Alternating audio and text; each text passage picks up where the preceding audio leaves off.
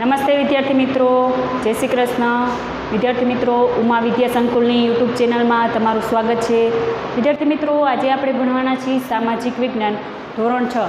એનો આપણે પાઠ ભણીએ છીએ આપણું ઘર પૃથ્વી વિશે. તો વિદ્યાર્થી મિત્રો, આના વિશે આપણે અગાઉના વિડીયોમાં ચર્ચા કરી ગયા છીએ કે સૌથી પહેલાં આપણે જોઈ ગયા કે આપણી પૃથ્વી વિશે.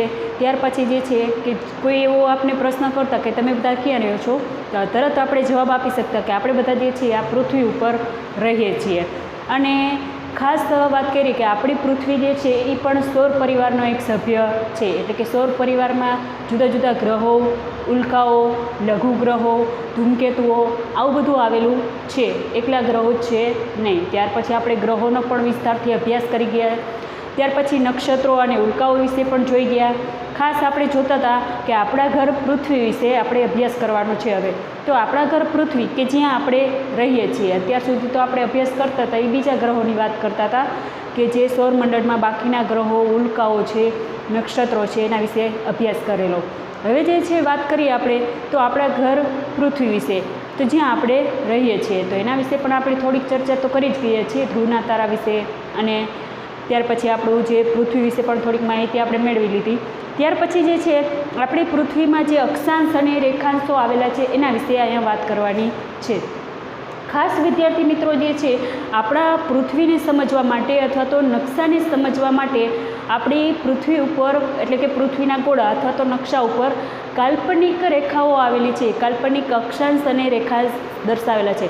એટલે મીન્સ કે કાલ્પનિક છે, કોઈ આપણી પૃથ્વી ઉપર હકીકતમાં આવી કોઈ અક્ષાંશ અને રેખાઓ આવેલી નથી. એટલે કે અક્ષાંશ અને રેખાંશ છે નહીં. મતલબ કે આપણો પૃથ્વીનો ગોળો જે જોઈએ તો એ આપણી પૃથ્વીની હુબેહુ આકૃતિ છે. તો આપણી પૃથ્વીને સમજવા માટે પૃથ્વીનો ગોળો બનાવેલો છે. તો આ પૃથ્વીના ગોળાને સમજવા માટે તેના ઉપર અક્ષાંશ અને રેખાંશ દર્શાવવામાં આવે છે. એવી જ રીતે વિદ્યાર્થી મિત્રો, આપણો જે નકશો જે છે દુનિયાનો નકશો, એમાં પણ અક્ષાંશ અને રેખાંશ દર્શાવેલા હોય છે. ખરી વાત એ છે વિદ્યાર્થી મિત્રો કે આમાં જે છે એ કાલ્પનિક છે. આપને સમજવા માટે નકશામાં અથવા તો પૃથ્વીના ગોળામાં આવી અક્ષાંશ અને રેખાંશ દર્શાવેલી છે. હકીકતમાં છે નહીં આપણી પૃથ્વી પર. તો વાત કરેલી છે અક્ષાંશ અને રેખાંશની. સૌથી પહેલાં વાત કરીએ, પૃથ્વીના ગોળા ઉપર આડી અને ઊભી કાલ્પનિક રેખાઓ છે, પરંતુ આ કલ્પિત રેખાઓ દ્વારા પૃથ્વીના કોઈપણ સ્થળનું ચોક્કસ સ્થાન અને સમય જાણી શકાય છે. જમીન પર આ રેખાઓ હોતી નથી. આ રેખાઓ માત્ર નકશામાં જ જોઈ શકાય છે. ખાસ મેં કીધું એમ કે વિદ્યાર્થી મિત્રો, પૃથ્વી જે છે એના ઉપર જે કલ્પિત એટલે કે કલ્પના કરીને દર્શાવી છે સમજવા માટે. આપણો પૃથ્વીનો ગોળો કે દુનિયાનો જે નકશો જે છે એમાં દર્શાવેલી છે અક્ષાંશ અને રેખાંશની રેખાઓ. જે ખાસ ઊભી દોરેલી જે છે, જે આ પીળા રંગની જે અહીંયા રેખાઓ ઊભી દોરેલી જે છે એને આપણે રેખાંશ કહીએ છીએ. જ્યારે આડી દોરેલી જે છે એ આડી રેખાઓને જે છે અક્ષાંશ કહેવામાં આવે છે. તો આ પૃથ્વીના ગોળા ઉપર દર્શાવેલી છે. હકીકતમાં આપણી પૃથ્વી પર છે નહીં. મતલબ આપણે પૃથ્વીને સમજવી હોય તો આના દ્વારા આપણે જે તે સ્થળ જે છે એનો સમય અને એની માહિતી મેળવી શકીએ છીએ. એટલા માટે અક્ષાંશ અને રેખાંશ દર્શાવેલા છે. ત્યાર પછી જોઈએ વિદ્યાર્થી મિત્રો, અક્ષાંશ વિશે માહિતી આપને આપેલી છે. પૃથ્વીના ગોળા પર દોરેલી આડી કલ્પિત રેખાઓને અક્ષાંશ કહેવામાં આવે છે. પૃથ્વીની સપાટી પરના કોઈપણ સ્થળને જો સીધી રેખાથી પૃથ્વીના કેન્દ્ર સાથે જોડવામાં આવે તો તે રેખાથી વિષુવવૃત્તીય કાલ્પનિક સપાટી સાથે કેન્દ્ર આગળ જેટલા અંશનો ખૂણો થાય તે સ્થળનો અક્ષાંશ બને છે. અને અક્ષાંશ વૃત્તોની કુલ સંખ્યા 181 છે. ખાસ ઇમ્પોર્ટન્ટ બાબત છે વિદ્યાર્થી મિત્રો કે પૃથ્વી ઉપર જે આડી દોરેલી જે રેખાઓ જે છે એ આડી દોરેલી રેખાઓને અક્ષાંશ કહેવામાં આવે છે. ઘણીવાર આપને અક્ષાંશ અને રેખાંશનો ખ્યાલ હોતો નથી. ખાસ જે વિદ્યાર્થી મિત્રો જે આડી દોરેલી જે રેખાઓ જે છે એને આપણે અક્ષાંશ કહીએ છીએ. તો આને અક્ષાંશ કહીએ છીએ જે આડી દોરેલી રેખાઓ છે. ખાસ જે વાત કરીએ તો આ પૃથ્વીની બરોબર મધ્યમાંથી જે છે એ વિષુવવૃત્ત પસાર થાય છે. એટલે કે પૃથ્વીની બરોબર મધ્યમાંથી, ઘણીવાર એક્ઝામમાં પૂછાતો હોય પ્રશ્ન કે પૃથ્વીની બરોબર મધ્યમાંથી એટલે કે વચ્ચેથી કયું વૃત્ત પસાર થાય છે? તો ખાસ તો પૃથ્વીની બરોબર મધ્યમાંથી વિષુવવૃત્ત પસાર થાય છે. અને ખાસ જે છે એ અક્ષાંશ જે છે એ આડી રેખાઓને કહેવામાં આવે છે. અને અહીંથી 0 અક્ષાંશ વૃત્ત કહેવામાં આવે છે. 0 અક્ષાંશ વૃત્ત પાસેથી બરોબર વિષુવવૃત્ત પસાર થાય છે. ત્યાંથી પૃથ્વીના 2 ભાગ પડે છે. એક તો ઉત્તર ગોળાર્ધ અને વિષુવવૃત્ત નીચેનો ભાગ જે છે તે દક્ષિણ ગોળાર્ધ તરીકે ઓળખવામાં આવે છે. તો આ વિષુવવૃત્ત જે છે ખાસ આપણે જોઈએ તો અક્ષાંશ વિશે અક્ષાંશ શોધવું હોય તો શું કરવું પડે? તો જોઈએ કે પૃથ્વીની બરોબર વચ્ચેથી એટલે કે જ્યાં વિષુવવૃત્ત પસાર થાય છે ત્યાંથી બરોબર ઊભી રેખા પસાર કરવામાં આવે તો ઊભી રેખા વિષુવવૃત્ત પાસે જેટલા અંશનો ખૂણો બનાવે તેટલો તે પ્રદેશનો અક્ષાંશ કહેવામાં આવે છે. ખાસ ફરીથી જોઈએ કે પૃથ્વી ઉપર આપણે કોઈપણ સ્થળનો અક્ષાંશ શોધવો છે તો બરાબર પૃથ્વીની વચ્ચે વિષુવવૃત્ત પસાર થાય છે અને પૃથ્વીના કેન્દ્ર પાસે બરાબર ઊભી રેખા પસાર કરવામાં આવે ત્યાં કણે જે તે પ્રદેશ પાસે જેટલા અંશનો ખૂણો થાય તેટલો તે પ્રદેશનો અક્ષાંશ કહેવામાં આવે છે. અને કુલ જે અક્ષાંશોની સંખ્યા જે છે એ 181 અક્ષાંશ છે. કુલ 181 અક્ષાંશ છે. ઘણીવાર એક્ઝામમાં પ્રશ્ન પૂછાતો હોય કે કુલ અક્ષાંશોની સંખ્યા કેટલી છે? તો ખાસ 181. ખાસ પૃથ્વી પર જે અક્ષાંશો આવેલા છે તે 181 છે. અને ઘણીવાર અક્ષાંશોની પણ માહિતી હોવી જોઈએ કે જે પૃથ્વી ઉપર આડી દોરેલી જે રેખાઓ જે છે તે બધી અક્ષાંશ કહેવામાં આવે છે. ખાસ વાત કરીએ તો 2 અક્ષાંશ વૃત્તો વચ્ચે 111 કિલોમીટરનું અંતર હોય છે. આ પણ ઘણીવાર પૂછાતું હોય કે આ જે 2 અક્ષાંશ વચ્ચે 111 કિલોમીટરનું અંતર હોય છે. ત્યાર પછી જોઈએ અક્ષવૃત્ત વિશે. પૃથ્વી ઉપર ઉત્તર અથવા દક્ષિણ ગોળાર્ધમાં વિષુવવૃત્તથી સરખા કોણીય અંતરે મળેલા સ્થળોને જોડનારું પૂર્વ પશ્ચિમ સળંગ વર્તુળને અક્ષવૃત્ત કહેવામાં આવે છે. ખાસ વાત કરેલી છે અક્ષવૃત્ત વિશે. તો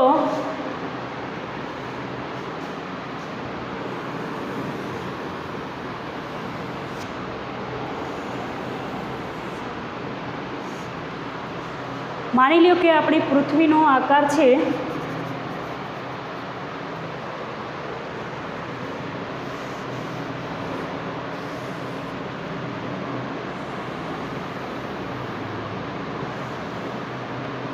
તો પૃથ્વીની બરોબર વચ્ચેથી વિષુવવૃત્ત પસાર થાય છે.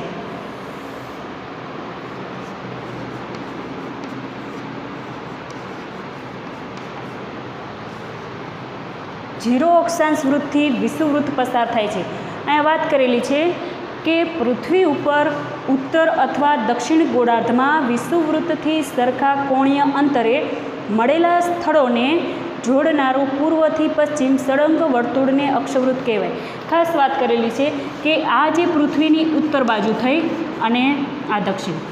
તો ખાસ જે છે પૃથ્વીના ઉત્તર અથવા દક્ષિણ આવી રીતે કોઈ પણ ભાગથી આપણે સળંગ રેખા પસાર કરીએ ઉત્તરમાંથી અથવા તો દક્ષિણમાંથી તો વિષુવવૃત્ત પાસે અહીંયા કેન્દ્ર પાસે જે તે પ્રદેશ લઈ કે આ પ્રદેશનું આપણે લેવું છે અથવા તો આટલા પ્રદેશનો વિસ્તાર લેવો છે અથવા તો આ પ્રદેશનો વિસ્તાર આપણે લેવો છે તો જે તે પ્રદેશ પાસે જે કેન્દ્ર આગળ જે કોણીય અંતરે જે ખૂણો બને છે તેને આપણે અક્ષવૃત્ત કહીએ છીએ. ધારો કે અહીંયા 30 અંશનો ખૂણો બને છે તો આ જે વિસ્તાર જે છે તે આ વિસ્તારનો અક્ષવૃત્ત કહેવામાં આવે છે. 30 અંશ જે છે એટલે કે 30 અક્ષાંશ જે છે તે આટલા પ્રદેશનો અક્ષવૃત્ત કહેવામાં આવે છે. એવી જ રીતે અહીંયા 50 અંશનો ખૂણો બને છે.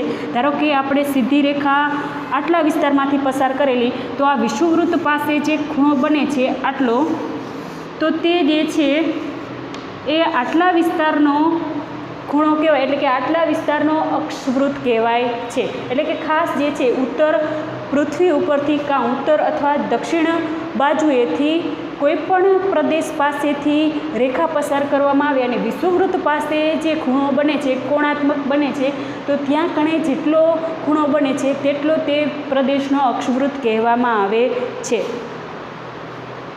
અથવા તો આજે આ વાત કરી આપણો પૂર્વ ભાગ છે અને આ પશ્ચિમ ભાગ છે.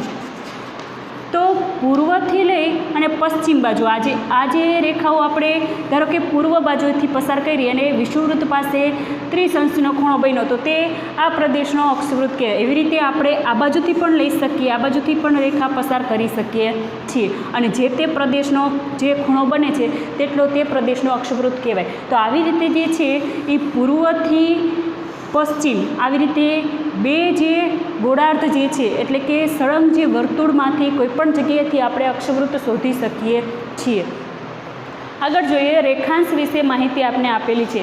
પૃથ્વીના ગોળા ઉપર દોરેલી ઊભી કલ્પિત રેખાઓને રેખાંશ કહેવામાં આવે છે. રેખાંશ ધ્રુવ પાસે એકબીજાને મળે છે. ધ્રુવ તરફ જતાં આ રેખાઓ એકબીજાની નજીક આવતી જાય છે. કુલ રેખાંશ વૃત્તની સંખ્યા 360 છે, જેમાં 0 રેખાંશ અને 180 રેખાંશ મહત્ત્વના છે. ખાસ વાત કરેલી છે વિદ્યાર્થી મિત્રો કે પૃથ્વી ઉપરના જે ઊભા રેખાંશ જે છે, ઊભી રેખાઓ જે છે, જેમ ઊભી રેખાઓને રેખાંશ કહેવામાં આવે છે. ઘણીવાર આપણે માહિતી પણ હોવી જોઈએ કે ઊભી રેખાઓ જે છે જેને આપણે રેખાંશ કહીએ છીએ, આડી રેખાઓ જે છે એને અક્ષાંશ કહેવામાં આવે છે. તો પૃથ્વીના ગોળા ઉપર જે ઊભી રેખાઓ દોરેલી જે છે તેને આપણે રેખાંશ તરીકે ઓળખીએ છીએ.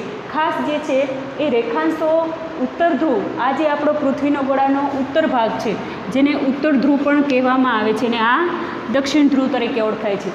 ઉત્તર ધ્રુવ અને દક્ષિણ ધ્રુવ તરફ જે રેખાઓ પસાર થતી જાય છે ત્યારે દક્ષિણ ધ્રુવ અને ઉત્તર ધ્રુવ પાસે રેખાઓ એકબીજાની નજીક આવતી જાય. જોઈએ આપણે અહીંયા કે આ જે ધરી આગળ અને આ ઉત્તર ધરી આગળ, તો ઉત્તર ભાગ જે છે ઉત્તર ગોળાર્ધ પાસે ધરી આગળ જે છે બધી રેખાઓ એકબીજાની નજીક આવતી જાય છે. એવી જ રીતે દક્ષિણ બાજુ જોઈએ તો પણ રેખાઓ એકબીજાની નજીક આવતી જાય છે. અને ખાસ જે વિદ્યાર્થી મિત્રો આ જે રેખાઓની જે સંખ્યા છે એટલે કે રેખાંશની સંખ્યા જે છે એ કુલ રેખાંશ જે છે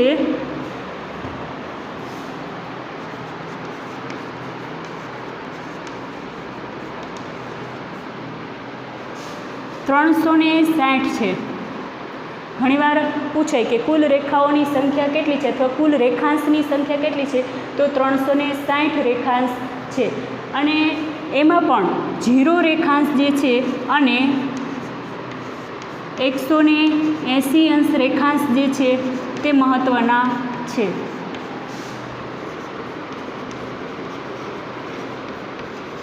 એવું પણ એક્ઝામમાં પ્રશ્ન પૂછે કે કયા રેખાંશ મહત્ત્વના છે, તો 0 રેખાંશ અને 180 અંશ રેખાંશ જે છે જે મહત્ત્વના છે. એવો પણ પ્રશ્ન કરી શકે કે કુલ રેખાંશોની સંખ્યા કેટલી છે, તો 360 રેખાંશ છે. એવો પ્રશ્ન પૂછી શકે કે કુલ અક્ષાંશ વૃત્તોની સંખ્યા અથવા તો અક્ષાંશની સંખ્યા કેટલી, તો અક્ષાંશની સંખ્યા 181 છે. જ્યારે રેખાંશની વાત કરીએ તો 360, જેમાં પણ 0 અને 180 રેખાંશ જે છે જે મહત્ત્વના છે. ખાસ રેખાવૃત્ત વિશે માહિતી આપેલી છે કે પૃથ્વીની ધરીથી મૂળ રેખાવૃત્તની કાલ્પનિક સપાટી સાથે પૃથ્વીની સપાટીએ સરખા કોણાત્મક અંતરે આવેલા સ્થળોને જોડનારી ઉત્તર દક્ષિણ સળંગ રેખાને રેખાવૃત્ત કહે છે અથવા અર્ધવૃત્ત કહે છે. ખાસ અહીંયા વાત કરેલી છે કે ધારો કે આપણે પૃથ્વી ઉપરથી કોઈ રેખા પસાર કરીએ છીએ અને ધરી પાસે જે આ મૂળ રેખાવૃત્ત જે છે પૃથ્વીની ઉપરથી કોઈ મૂળ રેખાવૃત્ત જે છે એ સળંગ પસાર કરવામાં આવે અને ધરી પાસે જે છે એ જુદા જુદા રેખાઓ જે છે અહીંયા પૃથ્વીના અર્ધવર્તુળ પાસે, જે ખાસ વિષુવવૃત્ત પાસે પૃથ્વીના બે ભાગ પડે, એક તો ઉત્તર ગોળાર્ધ અને દક્ષિણ ગોળાર્ધ. તો આનો આપણે અર્ધવર્તુળ કરી દઈએ, વિષુવવૃત્તથી દક્ષિણનો ભાગ લઈએ અથવા વિષુવવૃત્તથી ઉત્તરનો ભાગ લઈએ અર્ધવર્તુળ સ્વરૂપે. તો રેખાંશ આગળ જે અહીંયા ખૂણો બને છે, તો આ જે ખૂણો બને છે પૃથ્વીની ધરી પાસે અર્ધવર્તુળ પાસે, તો તે જે છે એ તે પ્રદેશનો રેખાવૃત્ત કહેવામાં આવે છે. ત્યાર પછી જોઈએ આગળ, પૃથ્વીની સપાટી પર મધ્યમાં એક આડી રેખા દોરેલી છે તે જુઓ. તે રેખા વિષુવવૃત્ત છે.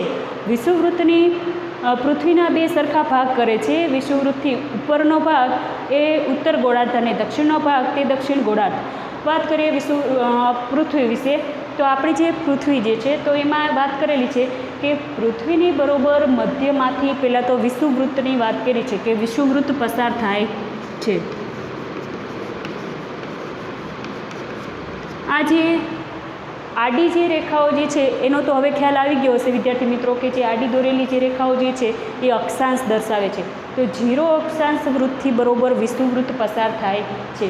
વિષુવવૃત્ત જે છે એ પૃથ્વીની બરોબર વચ્ચેથી પસાર થાય છે। ત્યાંથી પૃથ્વીના બે સરખા ભાગ પડે છે, એક તો ઉત્તર ગોળાર્ધ અને બીજું દક્ષિણ ગોળાર્ધ। આવા બે ગોળાર્ધ જે છે એ બને છે વિષુવવૃત્ત પાસેથી। ઉત્તર ગોળાર્ધ અને વિષુવવૃત્તથી નીચેનો ભાગ જે છે જે દક્ષિણ ગોળાર્ધ તરીકે ઓળખાય છે। ખાસ વાત કરીએ વિદ્યાર્થી મિત્રો, આ જે વિષુવવૃત્ત પાસે પૃથ્વીના બે સરખા ભાગ પડે છે એમાં પણ જોઈએ વિદ્યાર્થી મિત્રો કે વિષુવવૃત્ત 0એથી ચાલુ થાય છે। વિષુવવૃત્ત પાસેથી જે અક્ષાંશ પસાર થાય એ 0 અક્ષાંશ વૃત્ત, ત્યાંથી સળંગ જે છે એ ક્રમ આવે છે અક્ષાંશોના। તો જ્યારે 23.5 જે અક્ષાંશ આવે છે તો આજે વિષુવવૃત્તથી જે ઉપર બધા અક્ષાંશો જે છે તે ઉત્તર અક્ષાંશ તરીકે ઓળખાય છે, જ્યારે વિષુવવૃત્તથી નીચે જેટલા અક્ષાંશો દોરેલા છે એ બધા દક્ષિણ અક્ષાંશો તરીકે ઓળખાય છે। ખાસ 0 અક્ષાંશથી ઉપરના બધા અક્ષાંશ જેને આપણે ઉત્તર અક્ષાંશ કહીએ તો 23.5 અંશ ઉત્તર અક્ષાંશને આપણે કર્કવૃત્ત તરીકે ઓળખીએ છીએ। આ બધો ભાગ જે છે કે જે કર્કવૃત્ત તરીકે ઓળખાય છે। ખાસ વિદ્યાર્થી મિત્રો કે 23.5 અંશ ઉત્તર અક્ષાંશનો જે પ્રદેશ જે છે જે આપણે કર્કવૃત્ત તરીકે ઓળખીએ છીએ। એવી રીતે દક્ષિણ અક્ષાંશો ખાસ વિષુવવૃત્તથી દક્ષિણ ગોળાર્ધમાં છે એટલે એને દક્ષિણ અક્ષાંશો કહેવામાં આવે છે। તો 23.5 દક્ષિણ અક્ષાંશ વૃત્ત વચ્ચેનો પ્રદેશ જે છે તે મકરવૃત્ત તરીકે ઓળખાય છે। અને ખાસ વિદ્યાર્થી મિત્રો આજે સૂર્યના કિરણો જે છે એ બરોબર કર્કવૃત્ત અને મકરવૃત્ત ને વિષુવવૃત્ત આ પ્રદેશ જે સળંગ પ્રદેશ જે છે તે પ્રદેશ પર સીધા કિરણો પડે છે, તો આને અયનવૃત્ત કહેવામાં આવે છે। આ જે કર્કવૃત્તથી મકરવૃત્ત વચ્ચેનો ભાગ જે છે એને અયન કહેવાય છે, અને જ્યાં આ પ્રદેશ છે કર્કવૃત્તથી મકરવૃત્ત વચ્ચે જ્યાં સૂર્યના સીધા કિરણો પડે છે તો તેને અયનવૃત્તો કહેવામાં આવે છે, અયનવૃત્ત કહે છે। ઘણીવાર વિદ્યાર્થી મિત્રો એક્ઝામમાં પ્રશ્ન પૂછાતો હોય કે અયનવૃત્ત કોને કહેવામાં આવે છે, તો કર્કવૃત્તથી મકરવૃત્ત વચ્ચેનો જે ભાગ જે છે કે જ્યાં સૂર્યના સીધા કિરણો પડે છે તો તે ભાગને અયનવૃત્ત કહેવામાં આવે છે। ખાસ આ ભાગ ઉપર જે છે એ સૂર્યના સીધા કિરણો પડે છે, જ્યારે પૃથ્વીનો પ્રકાશ જે આ ભાગ ઉપર જે છે એ ત્રાંસા કિરણો પડે છે। આથી કરીને ત્યાં ઠંડીનું પ્રમાણ બહુ વધારે હોય છે, એટલે કે ઉત્તર ધ્રુવ અને દક્ષિણ ધ્રુવ આ બંને જે છે ખૂબ જ ઠંડા પ્રદેશો કહેવાય છે, કારણ કે અહીંયા સૂર્યના નહિવત કિરણો પડે છે અને આથી કરીને અહીંયા ખૂબ જ ઠંડી જોવા મળે છે। જ્યારે કર્કવૃત્ત અને મકરવૃત્ત ત્યાં સૂર્યના સીધા કિરણો પડવાથી ત્યાં તાપમાનનું પ્રમાણ ખૂબ વધુ હોય છે અને એ ભાગને અયનવૃત્ત કહેવામાં આવે છે। ખાસ વિદ્યાર્થી મિત્રો અહીંયા 23.5 ઉત્તર અક્ષાંશ વૃત્તે આપણે કર્કવૃત્ત વાત કરી અને 23.5 અંશ દક્ષિણ અક્ષાંશ વૃત્તને મકરવૃત્ત વાત કરી, તેવી જ રીતે વિદ્યાર્થી મિત્રો 66.5 અંશ ઉત્તર અક્ષાંશ આ જે ભાગ જે છે 66.5 અંશનો, તો આ ભાગ જે છે એ ઉત્તર ગોળાર્ધ તરીકે ઓળખાય છે। એવી જ રીતે વિદ્યાર્થી મિત્રો જે છે આ ભાગ જે છે તે પણ 66.5 અંશ પણ દક્ષિણ અક્ષાંશ છે। ખાસ ઉત્તર અક્ષાંશ અને દક્ષિણ અક્ષાંશ વિશે હવે આપણે માહિતી હોવી જોઈએ કે વિષુવવૃત્તથી ઉપરના જેટલા અક્ષાંશો છે તેને આપણે ઉત્તર અક્ષાંશ કહીએ છીએ। એવી જ રીતે વિષુવવૃત્તથી નીચેના બધા અક્ષાંશો છે જેને આપણે દક્ષિણ અક્ષાંશ તરીકે ઓળખીએ છીએ। 66.5 અંશ ઉત્તર અક્ષાંશને આપણે ઉત્તર ગોળાર્ધ અથવા તો ઉત્તર ધ્રુવ તરીકે ઓળખીએ છીએ। એવી રીતે 66.5 અંશ દક્ષિણ અક્ષાંશને આપણે દક્ષિણ ધ્રુવ તરીકે ઓળખીએ છીએ, જ્યાં સૂર્યના સાવ નહિવત કિરણો પડે છે। તો આવી રીતે જે છે એ આપણે પૃથ્વીના પ્રદેશોને વિષુવવૃત્ત, કર્કવૃત્ત અને મકરવૃત્તને પણ આસાનીથી સમજી શકીએ છીએ। ખાસ ભારત જે છે એ ભારત વચ્ચેથી પણ કર્કવૃત્ત પસાર થાય છે અને ભારતમાં બરાબર જે નીચેનો એક દેશ છે, ભારતથી નીચેનો દક્ષિણ બાજુએ શ્રીલંકા, એની બરોબર મધ્યથી અથવા એનીથી નીચેની નજીકના ભાગથી જ વિષુવવૃત્ત પસાર થાય છે અને ત્યાર પછી જે છે એ મકરવૃત્ત દક્ષિણ બાજુથી પસાર થાય છે. તો આપને ત્રણેય વૃત્તોની માહિતી પણ હોવી જોઈએ કે પૃથ્વીની બરોબર મધ્યમાંથી કયું વૃત્ત પસાર થાય છે, તો કર્કવૃત્ત. ભારતમાંથી કયું વૃત્ત પસાર થાય છે, તો કર્કવૃત્ત. પૃથ્વીની બરોબર મધ્યમાંથી વિષુવવૃત્ત પસાર થાય છે. ભારતનું પૂછે તો ભારતમાંથી બરોબર કર્કવૃત્ત અને ત્યાર પછીના જે વિષુવવૃત્ત નીચેના ભાગમાંથી જે દેશો આવેલા છે ત્યાં મકરવૃત્ત પસાર થાય છે. ભારતનું સ્થાન પૂછે વિદ્યાર્થી મિત્રો, તો ભારતનું સ્થાન જે છે એ ઉત્તર પૂર્વ બાજુએ છે, જે પણ આપણે માહિતી હોવી જોઈએ. વિદ્યાર્થી મિત્રો, હવે પછીનો જે અભ્યાસ જે છે આપણે અગાઉના નેક્સ્ટ વિડીયોમાં કરીશું. અસ્તુ.